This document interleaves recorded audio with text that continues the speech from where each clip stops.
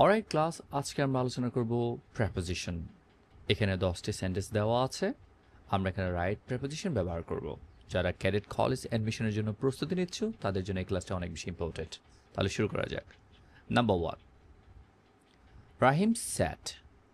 অনেকে এখানে ইন লিখেছে, এখানে ইন হবে না, এখানে হবে অন। এর কারণ হচ্ছে যখন কোনো কিছুর উপর স্পর্শ করে অন্য কোনো কিছু থাকে তখন আমরা অন ব্যবহার করি। যেমন the book is on the table, on the table হবে, স্পর্শ করে থাকলে অন হয়। সো কোনো কিছুর উপর বসা, কোনো কিছু রাখা, ঠিক আছে, তখন আমরা অন ব্যবহার করব। So write answer on. Rahim sat on the chair. Number 2, she lost her bag at the beach. অনেকে এখানে ইন লিখেছে, এখানে হবে অ্যাট। এর কারণ হচ্ছে কোনো ছোটো জায়গা বা নির্দিষ্ট কোনো জায়গা, রাইট? সেক্ষেত্রে আমরা কি করি? অ্যাট ব্যবহার করে থাকি। সো এখানে রাইট অ্যান্সার হবে at. Number 3, the book belongs to. এটা একটি অ্যাপ্রোপ্রিয়েট প্রিপোজিশন। সবসময় বিলং এর সাথে টু হবে। বিলংস টু, এখানে অ্যাস হয়েছে, দিস বুক সিঙ্গুলার তাই। সো বিলং টু সবসময় মনে রাখতে হবে appropriate preposition. 4, we are sitting.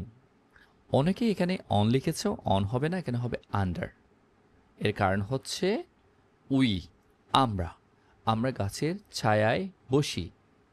কিন্তু যদি বার্ডস দিয়ে প্রশ্ন করা হতো তখন হতো অন, রাইট? আমরা গাছের ছায়ায় বসি, বাট পাখিরা গাছের উপরে বসে, রাইট? সো এখানে হবে under. Ramim will be joining the gym.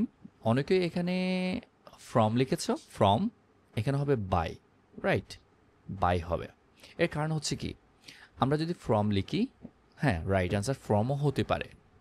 From হলে হবে কালকে থেকে সে শুরু করবে, থেকে, ঠিক আছে? আর বাই হলে একটি নির্দিষ্ট সীমা বোঝাবে, ঠিক আছে? কালকে হচ্ছে শেষ সীমা, রাইট? সেই ক্ষেত্রে সীমা, ঠিক আছে? বাই টুমরো, কালকের মধ্যে শুরু করতে হবে। কালকে শুরু করবে মানে কালকে থেকে শুরু করবে সেটা অন্য কথা, আর কালকের মধ্যে শুরু করতে হবে, ঠিক আছে? তখন বাই হবে। আর আমরা এখানে বাই লিখব, by tomorrow. There are many clouds in the sky. এখানে ইন হবে কারণ স্কাই অনেক বড়। আমরা যখন বড় কোনো জায়গা দেখি তখন আমরা ইন ব্যবহার করে থাকি, right? রামাম lives in Cox's Bazar, right? Same way, কোনো শহর যদি কোনো বড় হয়, বড় শহরের ক্ষেত্রে আমরা ইন লিখি, মানে বড় কোনো জায়গার ক্ষেত্রে ইন লিখি, আর ছোট জায়গার ক্ষেত্রে আমরা অ্যাট লিখি, মনে রাখতে হবে।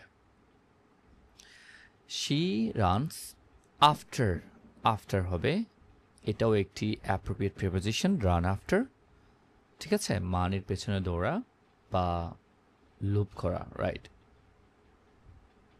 Run after. Don't run after money, run after appropriate preposition.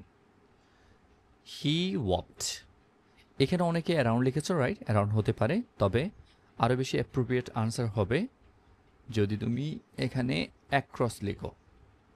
এর কারণ হচ্ছে আমরা দেখো লেকের পাশ দিয়ে হেঁটে চলে যাব, আমরা অ্যাক্রস লিখব, বা এপার থেকে ওপার হলে কিন্তু অ্যাক্রস হয়, আর পাশ দিয়ে হেঁটে যাওয়াও কিন্তু অ্যাক্রস হয়। আর অ্যারাউন্ড মানে হচ্ছে চারপাশে, কেমন? চারপাশে হাঁটা। তো আমরা লেকের পাশ দিয়ে হাঁটি, সেজন্য আমরা এখানে অ্যাক্রস লিখব।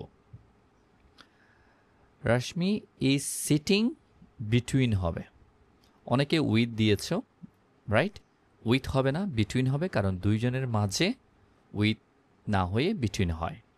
আর অনেকের মাঝে অ্যামং হয়, অনেকের মাঝে অ্যামং, দুইয়ের মাঝে বিটুইন, রাইট? সো আশা করি বুঝতে পেরেছ। একবার নিজেই প্র্যাকটিস করে নাও। ওকে, ধন্যবাদ।